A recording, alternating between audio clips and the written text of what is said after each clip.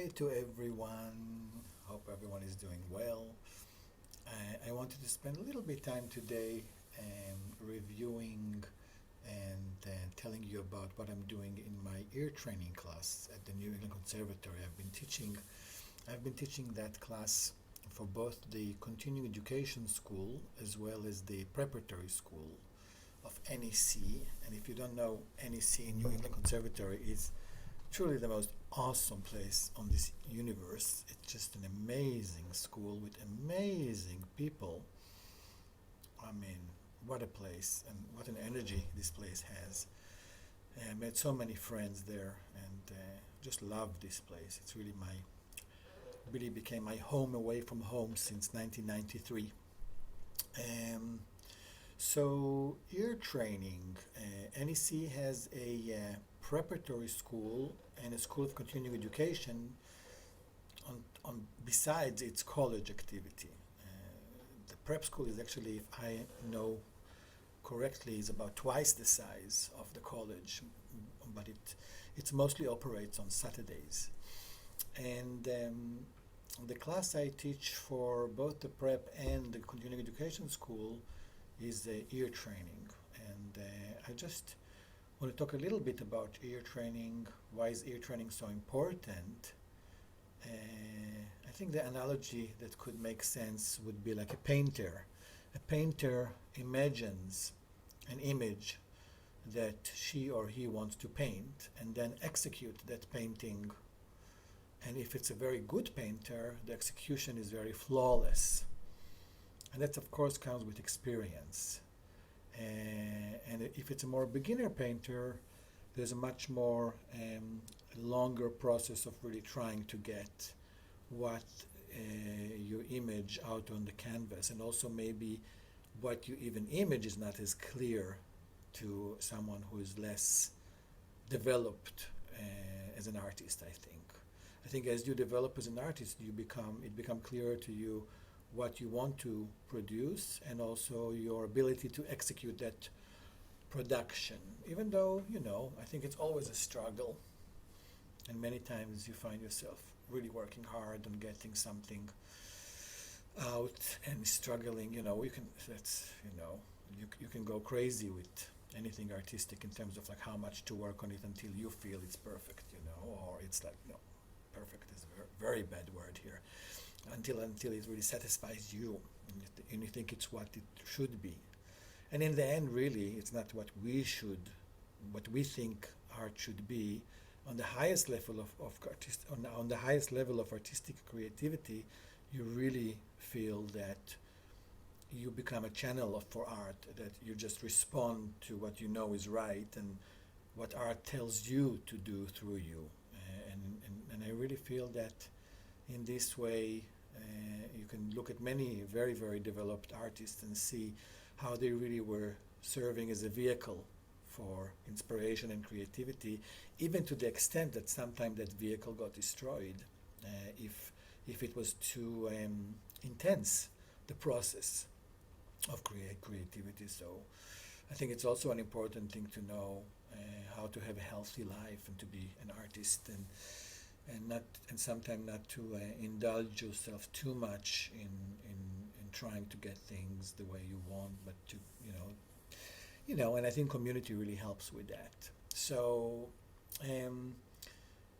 that's why I think ear training is important, because that's the mechanism that helps you play what you hear.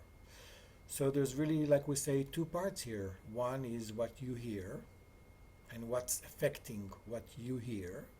And the other one is what you play, or how you play what you hear. And what you hear is really a result of everything you listen to, because music is a conversation and it's a cultural phenomena.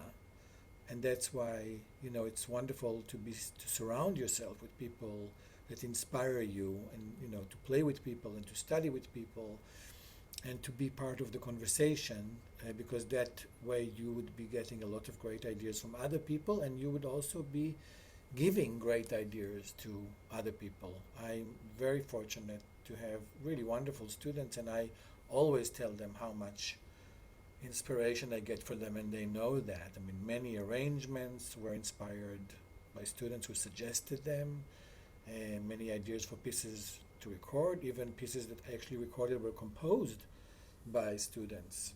Uh,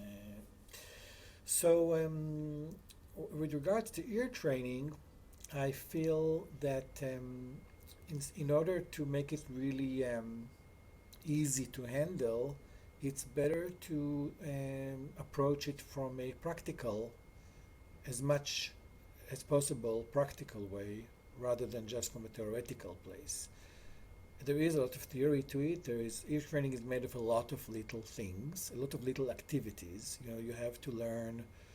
I mean, first of all, you really have to know all your major scales, all 12 of them, because everything you construct in music, you use your major scales in order to construct that, whether it's a chord or a line.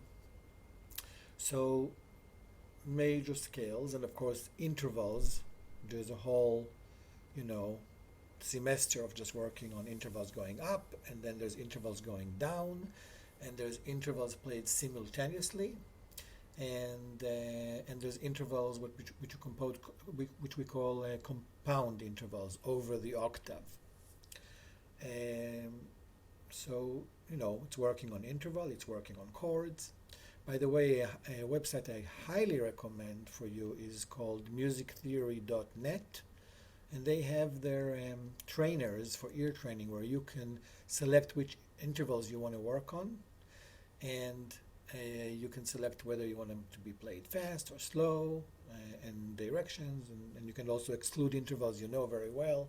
Very, very highly recommended website in general for even more than just the ear training. So again, in order to make it really practical, what I do is I based all the work around a song, a piece. And one of the piece, maybe the piece that I've been using, everybody knows because I've been using this piece for now almost 25 years, more than 25 years, in my ear training classes, and basically start every ear training class with that piece because I think that's a great example, a great vehicle for ear training. It's Mac the Knife, and I'm using the recording that Louis Armstrong made. The recording which I'm using is actually not on YouTube for some odd reason, but I will link to other recordings of Louis Armstrong singing Mac the Knife. And Louis is such a great example because, first of all, he swings. I mean, if you want to learn swing, listen to Louis Armstrong. And also because his singing and his playing are so wonderfully connected, and he has this, you can really hear the same voice, and we are really working so hard as musicians to try to have that, and he seemed to have it in a very natural way. But every pianist needs to sing, every vocalist needs to play, and we just need to teach ourselves how to sound the same when we play and sing. And one of the things we're doing a lot in the classes is singing. We also use a lot of singing in order to work on repetition and variation, because music really works by repetition and variation. If you take, for example, I love this example of something, the same, and then different.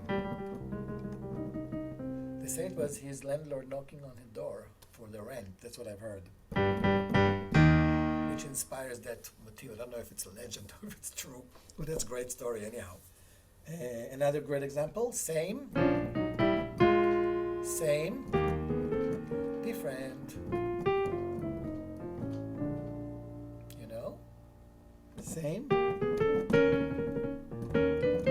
Same, different, new material, so that's different, and then back to.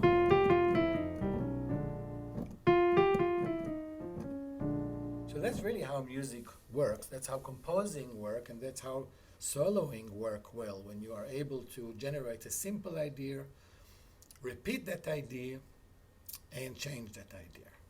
And ear training really helps you when you play with people catch what they're doing, hearing also, the harmony, hearing the bass player playing, get comfortable quickly. Even many classical players told me that our classes helped them because when they were lost in an orchestral piece, it helped them find their way back by just listening for the cellos or any instrument, and then that also helped them. So, I think it's a wonderful skill to have.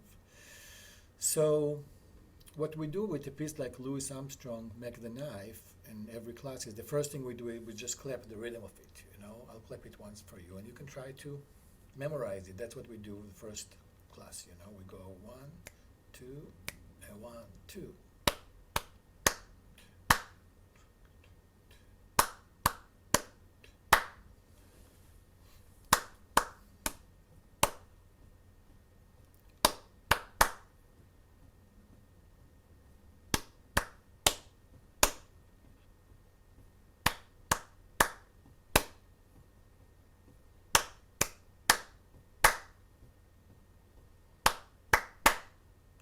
And again, I'm using this particular rhythm because I think that's a great rhythm to exemplify swing because of, and again, Louis actually doesn't do it. Louis, in the recording I'm using, he's actually going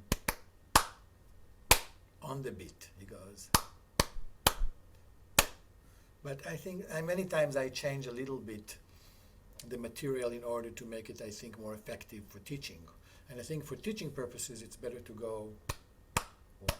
So this is 3, 4. There's a pickup. 1, 2, 3, 4. 1, 2, 3.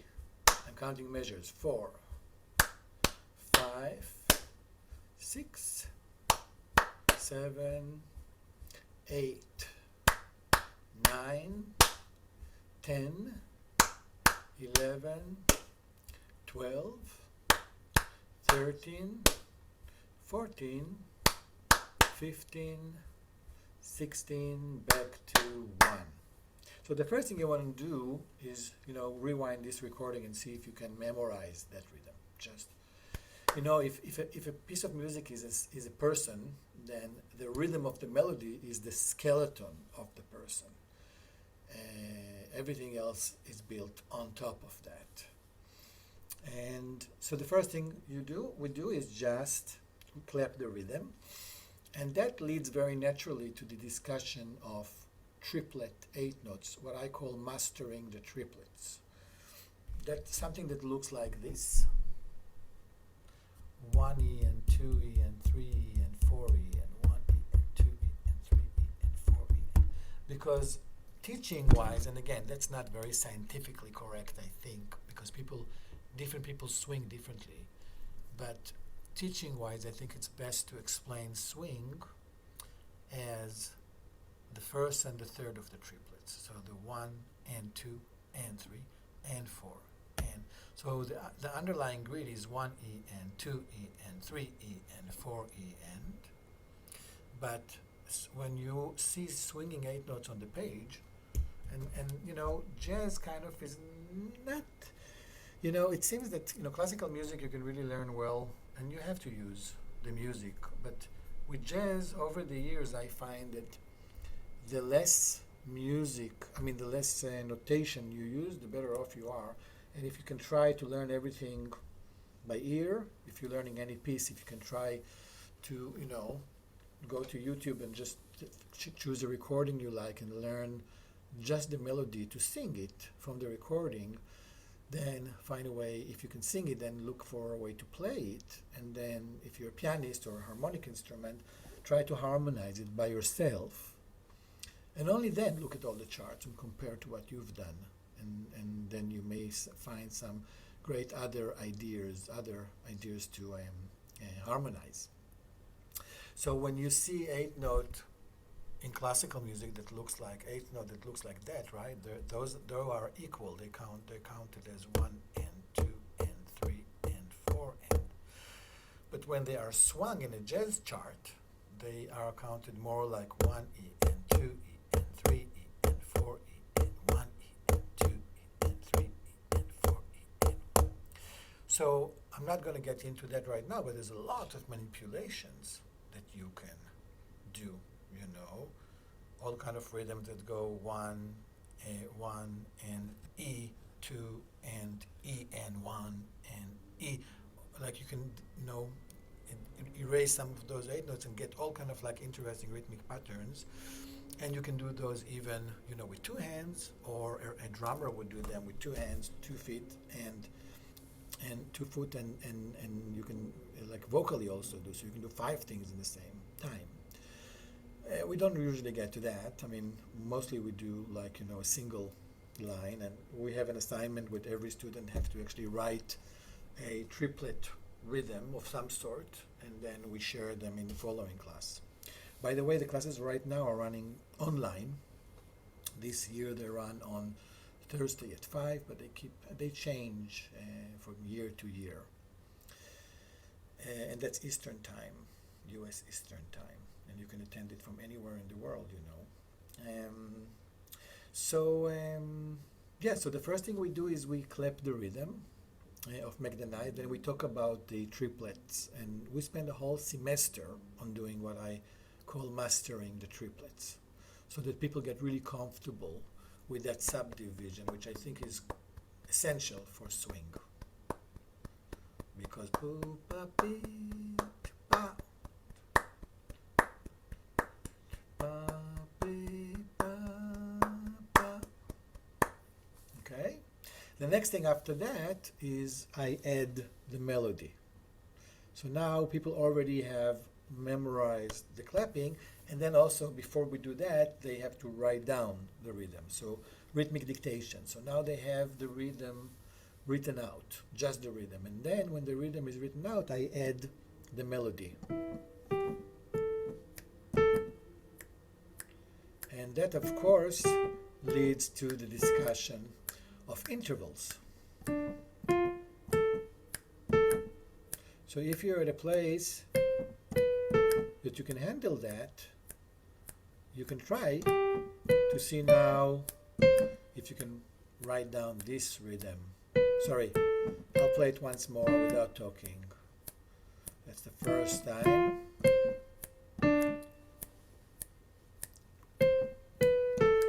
Yeah, let's put a metronome. Yeah.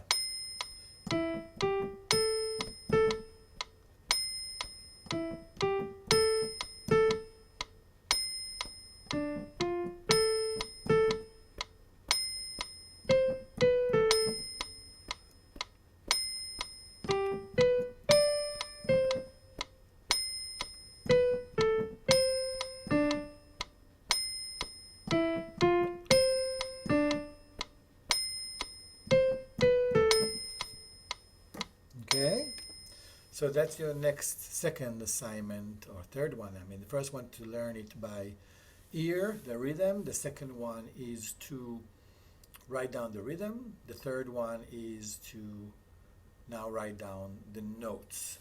And that leads to talking about ear training, intervals. And, we spend a lot of time with intervals. And with intervals and many other things that we do, we always divide the work to the activities to construction, where I say, what's a perfect fifth above a C, or what's a minor seventh below an E flat. So that's a construction activity, and that really has to do with knowing your major scales. And then the second thing is identification, where I would play the interval, and then you have to identify it. And again, intervals going up, going down, played simultaneously and over the octave. And the third thing is singing them. So I play a note, and I ask you to sing a perfect fifth, and you go ba, ba. Okay? And again, we can do that going up and going down. So that's really the work that has to do with the melodic ear training. So you see that I basically use the tune to attack it every time from a different side. And because of that, I spend a lot of time with one tune. It can be a few months with one tune. Because after we've done the rhythm and we've done the melody, now we can start working on the chords, which leads to also talking about the what we call the diatonic system, the system of chords that exist within any major scale. And before I even say that, let me just show you just one little thing to make sure that everybody is clear about that. In the C major scale, talking about intervals again, in the C major scale, you only have, in any major scale, you only have major intervals and perfect intervals. There's no minor intervals, right? C to D is a major second. C to E is a major third. C to F is a perfect fourth.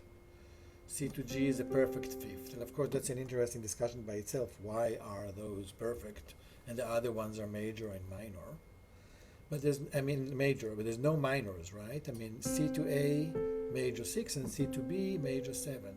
So if you really know your major scale well, and I ask you what is a major sixth from C, basically I'm asking you what's the sixth note in C major, and that's A. And in the same way, if you know your major scales well, and you know that, for example, E flat has 3 flats, and I ask you what's a perfect fourth from E flat, I'm basically asking you what's a perfect fourth, what's the fourth note in the scale of E flat. Okay? That's the song for that. We have songs for each interval, you know. Star Wars is for perfect fifth. And My Bunny, that's a major sixth. Some people like the NBC, which don't think I've even have a memory of that. There's not many songs that starts with major 7. I think there is one called Siora.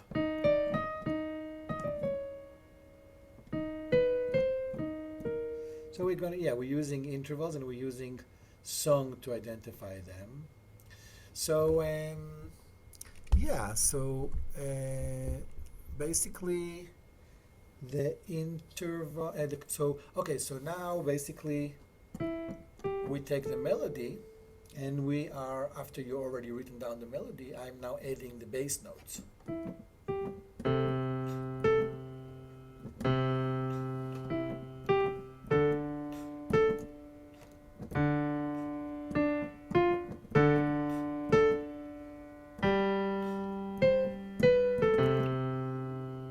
Okay.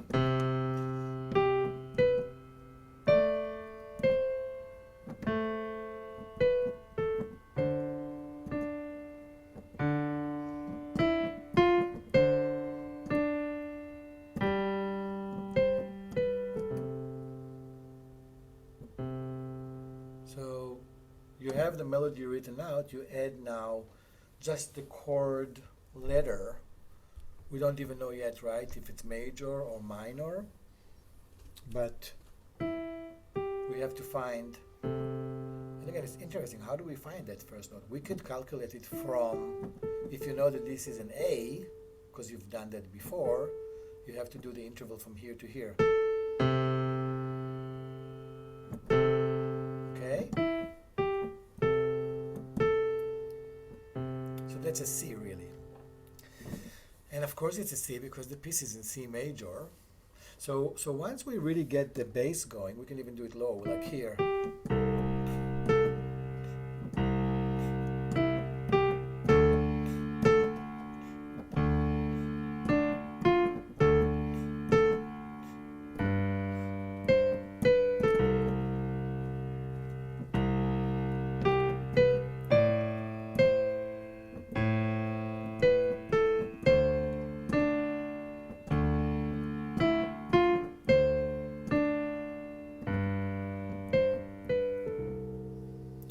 So once you figure out those bass notes, that leads very naturally to the discussion of the diatonic system. Namely, you know, if this is C major, what about those chords that live inside C major? Okay, 1 second, I'm moving stuff here. So so basically, that really leads to construction, identification, and singing of major, sorry, not major, triads, chords with 3 notes, because there are 7 of them that live inside that major system, and we need to know them. Which chord is that? And what chord is that? And what chord is the 3rd? And the 4th? And the 5th? And the 6th? And the 7th? Because if you heard that the first note was C in the bass, your first chord is also going to be some sort of a C major chord. But if you heard that the chord then moved, the bass moved to a D, then also your chord is going to be a minor chord. So that leads to those triads. And then we spend time with them. And we make sure everybody is very comfortable with constructing them, identifying them, and singing them, before we move later on to 7th chords. I think it's easy to spend a whole semester on just the triads. I mean, the class is a 2-year sequence, 4 semester, and I like to plan it so first semester is triads, second semester is 7th chord, third semester is 7th chords with tensions. Those are the 9, 11, and 13. And I'm not going to get into them today, but that's the third semester. And the fourth semester is what I call atonal sounds. Just can you really hear, any 3 notes played, by just calculating the intervals between them. So you see, how much work can be done with one tune. It's amazing. And then, we also use the recording of Louis Armstrong to actually learn to sing what he's doing. Ba-do-be, he goes, ba-do-be, ba, ba-ba-be, ba, ba-ba-ba, ba, ba-ba-ba-ba-dwe-ba, be-ba-da-ba-be-ya, ba-ba-da-da-bo-be-bo-bo-bo, bo-ba-be-ba-bo-ba-do-we, ba-da-bo-we. That's his first chorus, and then he goes, ba-da-ba-da-be-ba-be-da, ba-da-ba-da-da-da, ba-do-bo-bo-be-ba, sta-ba-da-dee-ba-dee-ya-ba, ba-da-ba-da-bo-ba-ya-ba-do-be-ya, ba-da-ba-be-da-da, ba-ba-da-do-bo-be-bo-be-bo-be-bo, bo-ba-be-be-bo-bo-do-we. And he stops here on that flat 13, and then he starts singing. So we actually are not using his singing part, we're using his trumpet playing for the first 2 choruses. And I think that's a great thing to do, because then you really learn his feel, and of course, if you sing a Louis Armstrong recording, then that's going to really contribute to your vocabulary.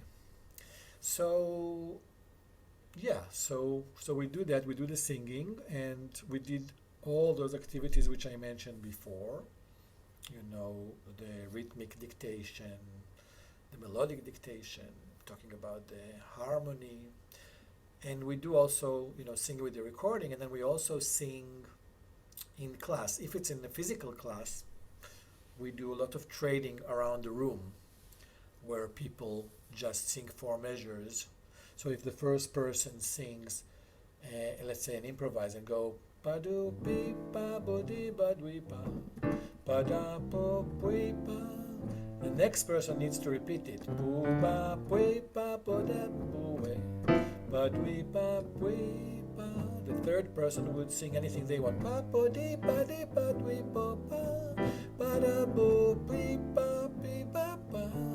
The fourth person also anything, ba ba da bo boo be bo be ba da bo boo boo ba ba ba, and so forth. If the next person is going for the first line again, ba bo be bo do ba, and that's a great exercise to do this trading, because then you really realize that if you get that first 4 measures, you have to be simple, because if you're not going to do something simple, the next person is not going to be able to repeat what you did, which is great. I mean, it's great to see how that works, how people realize that in order to converse, they have to simplify, you know.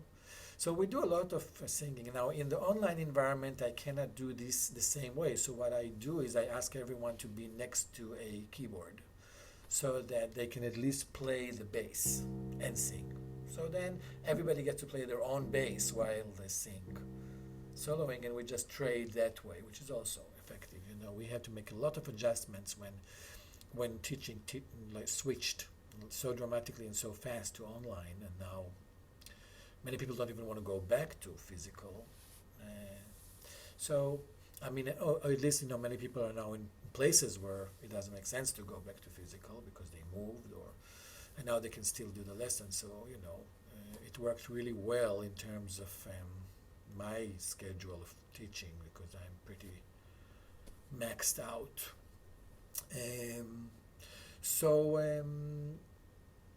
Okay, so soloing together in class, and then we compose a solo together. If it's in a physical class, just composing on the board.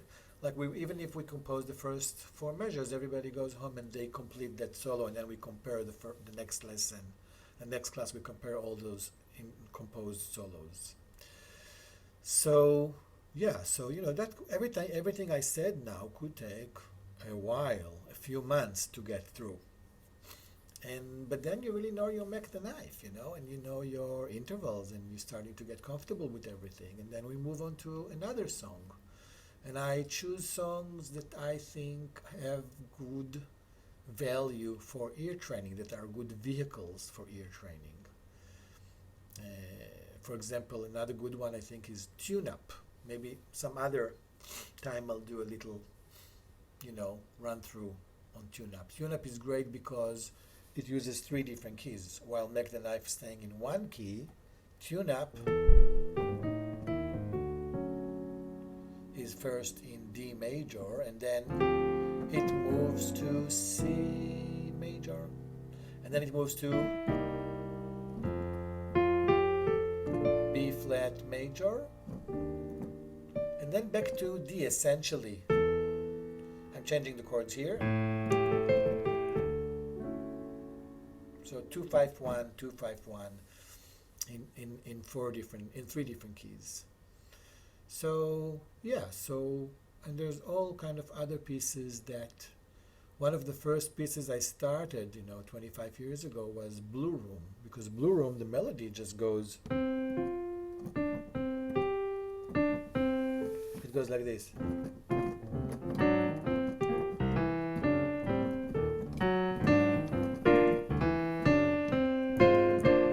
Oh, sorry.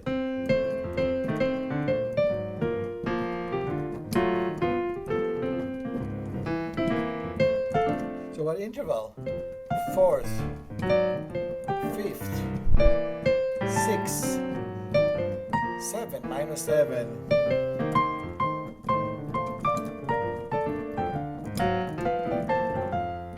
B section is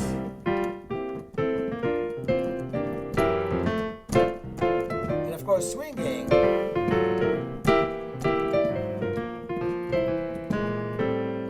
Errol does something beautiful here, I forget. Yes, Earl Garner. We used the recording for Earl Garner for this one. So the melody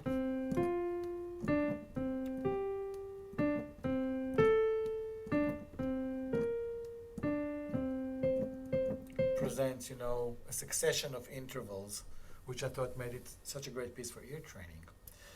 And there's quite a few other pieces like that has good value for ear training. So we basically every time choose one of those pieces, and we do everything I mentioned about Make the Knife. We do those, and yeah.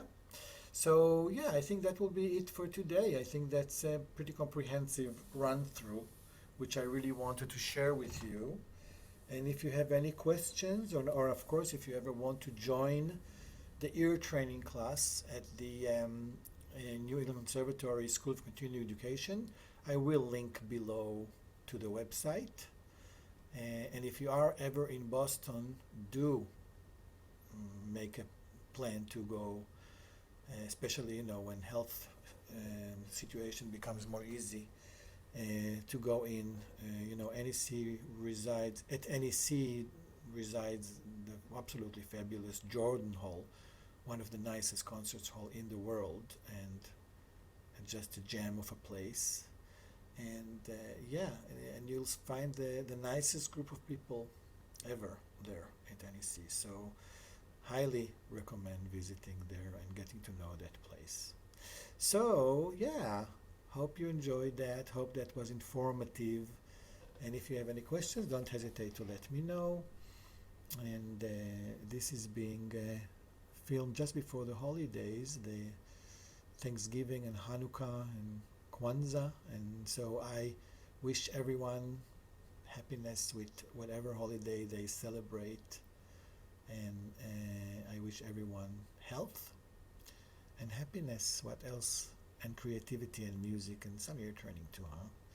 So have a wonderful, wonderful, wonderful rest of your day, and talk to you sometime soon. Bye for now. See you later.